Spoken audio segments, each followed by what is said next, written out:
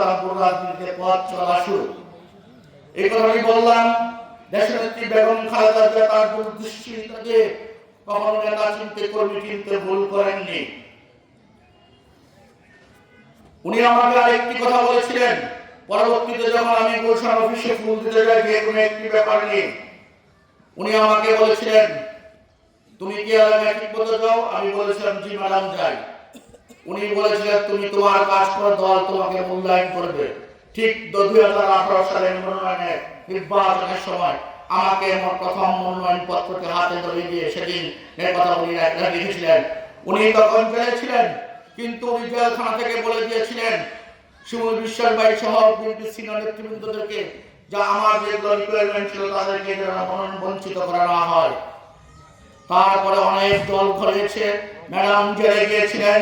Madam যখন জেলে গিয়েছেন তার মুক্তির দাবিতে সর্বপ্রথম ঢাকার প্রেস ক্লাবে আমার সভাপতিত্বে ব্যারিস্টার মওদুদ আহমেদ স্যারকে নিয়ে এসে আমি প্রতিবাদের সভা করেছিলাম।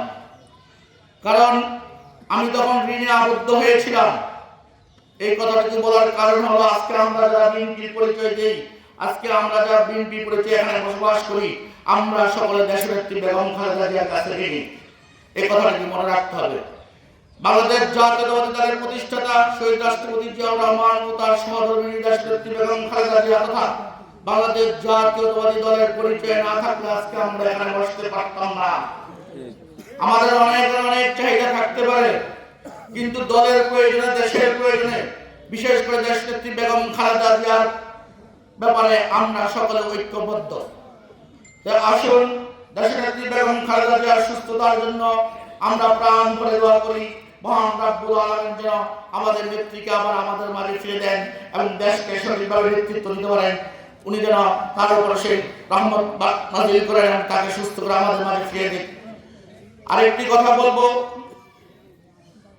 সামনে যে নির্বাচন, মুসা ভাই একটু ইঙ্গিত দিয়েছিলেন কিন্তু আসলে যেহেতু বলতে পারেন নাই, আমি আপনাদেরকে এখনো বলি, আপনারা কেউ হতাশ হবেন না। বাংলাদেশ জাতীয়তাবাদী দলের বর্তমান ভারপ্রাপ্ত চেয়ারম্যান জনাব তারেক রহমান কোনো ভুল সিদ্ধান্ত নেবেন না সালামপুরের ক্ষেত্রে। উনি সঠিক সময়ে সঠিক সিদ্ধান্ত নেবেন এবং সেই সিদ্ধান্তের জন্য আমাদেরকে ধৈর্য ধরে অপেক্ষা করতে হবে। আমরা সকলে ওনার সিদ্ধান্তকে মানব এবং ওনার সিদ্ধান্ত মোতাবেকই সবকিছু করবো ইনশাআল্লাহ। এখান থেকে ভবিষ্যতে আমি আপনাদেরকে কথা দিচ্ছি, ধানের শীষের প্রতীক নিয়ে এখান থেকে নির্বাচন করা হবে। আমরা যেই নির্বাচন করি না কেন, আমরা সকলে ঐক্যবদ্ধভাবে ধানের শীষের প্রতীকের পক্ষেই কাজ করব। তা আসুন আমরা সকলে মিলে দেশনেত্রী বেগম খালেদা জিয়ার জন্য দোয়া করি এবং দেশের জন্য দোয়া করি। তাছাড়া আমাদের মাঝ থেকে আমাদের অনেক সিনিয়র নেতৃবৃন্দ ইতিমধ্যে হারিয়ে গিয়েছেন। মরহুম এটিএম মলিয়ার সাহেব, সাধারণ সুজন ভাই, বিপি মান্নান ভাই, কাঞ্চন সিকদার সাহেব সহ অসংখ্য নেতৃবৃন্দ আমাদের মাঝ থেকে চলে গিয়েছেন। এর মধ্যে ছাত্র দলের ফাহাদ, কৃষক দলের মুশারফ ভাই, যুব দলের